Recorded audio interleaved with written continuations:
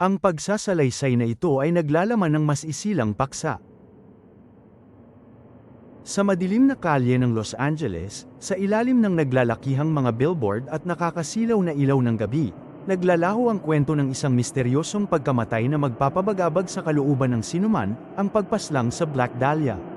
Noong ika-15 ng Enero taong 1947, marami ang nagimbal ng magkasalubong ang mga mata ng mga tao sa balita ng isang kababalaghan sa isang liblib na parte ng lungsod, kanlurang bahagi ng South Norton Avenue, sa kabahayan ng Leimert Park. Natagpuan nila ang bangkay ni Elizabeth Short, isang magandang babae na may pangarap na maging artista, na pinatay at iniwan sa isang bakanteng lote. Ang kanyang katawan ay walang habas na pinaslang, tinanggal ang kanyang bituka, tinupi at ibinalik sa kanyang tiyan, hinati ang katawan sa pamamagitan ng pagputol sa baywang, at tinanggalan ng dugo. Sa kanyang mukha, hiniwa ang kanyang magkabilang bibig patungo sa kanyang pisngi. Isang nakakatakot na ngiti ang inukit, posible habang buhay pa siya. Isang marka na magdadala sa mga investigador sa kakaibang mundo ng kasamaan at kalungkutan. Sa kanyang mga paa, may isang pirasong papel na nakasulat ng maayos. Black Dahlia, ito ang pamagat na siyang nagdulot ng takot sa puso ng mga tao. Ang pangalang iyon ay magiging tanyag sa mundo ng krimen, isang pangalang magbibigay kahulugan sa kaharian ng Hollywood at kasamaan. Ang mga pulis na dumating sa eksena ay hindi makapaniwala sa nakita nila. Ang katawan ni Elizabeth ay tila isang larawan ng kahalayan at kamatayan. Ang mga uod na umaaligid sa kanyang katawan ay tila nagpapatutuo ng kanyang kawalang katarungan.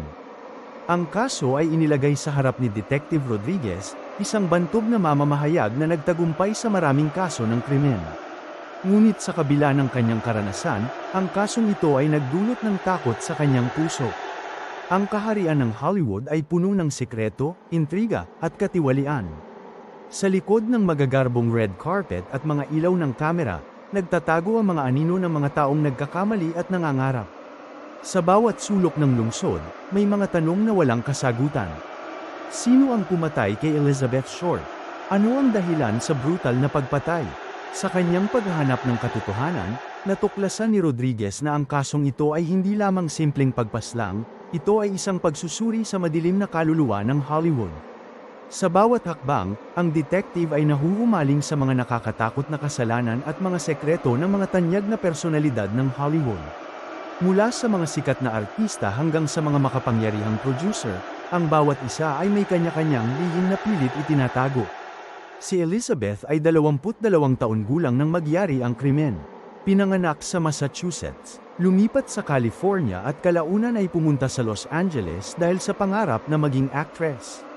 Maraming teorya ang naglabasan tungkol sa kanyang pagpaslang. Ang mga teoryang ito ay mahahati sa dalawa. Sa isang teorya, siya ay pinaslang ng isang doktor na nagngangalang George Hodel. Nagsimula ito nang makita ng kanyang anak na si Steve Hodel, isang retiradong pulis, ang mga larawang pinaghihinalaan niyang si Elizabeth. Naniniwala si Steve na ginamit ng ama ang kanyang kaalaman bilang doktor upang gawin ang mga nakakasukang bagay sa katawan ni Elizabeth. May mga lupang ipinates ni Steve at nagpositibo ito na may halong nabubulok na laman ng tao. Mayroon ding recording kung saan maririnig si George na nakikipag-usap sa di kilalang tao. Ang sabi dito, kung sakaling nga na siya ang pumatay sa Black Dahlia, di nila ito kayang patunayan. Maaari silang makipag-usap sa aking sekretarya. Naniniwala si Steve na marami ang nabiktima ng ama. Dahil sa mga ito, marami ang nagsasabi na ang doktor na ang pumaslang kay Elizabeth. Ang ama ni Steve na si George ay tumakas papuntang Asia at namatay noong 1999 dahil sa sakit sa puso. Sa isa namang libro na isinulat ni Pew Itwell na may pamagat na Black Dahlia, Red Rose, The Crime, Corruption and Cover-Up of America's Greatest Unsolved Murder, ang pangunahing salarin ng kanyang pagpatay ay si Leslie Dillon sa pag-uutos ni Mark Hansen na isang may-ari ng club at konektado sa Hollywood. Tinanggihan ni Elizabeth ang tulong na inaalok ni Hansen na ipapasok siya nito sa pag-arte kapalit ng kanyang katawan. Dahil dito, ipinapaslang ni Hansen si Elizabeth. Masiyasat na pag-iimbestiga ang ginawa ng pulisya ng New York kila Hodel, Dillon at Hansen. Subalit dahil sa kakulangan ng ebidensya ay di umusad ang kaso hanggang ngayon. Mayroong individual na nagpadala ng mga litrato at listahan ng mga taong konektado kay Elizabeth. Higit 100 ang sospek sa pagpatay sa kanya. 60 ay umamin dito ngunit walang napatunayan na may sala dahil sa kakulangan ng ebidensya. Sa huli, ang kaso ng Black Dahlia ay nanatiling isang misteryo, isang alamat na patuloy na bumabalot sa isipan ng mga tao. Hanggang sa ngayon, ang kwento ni Elizabeth Short ay nagbibigay buhay sa dilim at lihim ng Hollywood, isang paalala na ang tagumpay at kagandahan ay madalas na may katapat na kadiliman at panganib. Kung nagustuhan mo ang aming video, paki-like at subscribe sa aming channel para sa mas marami pang katulad nitong content.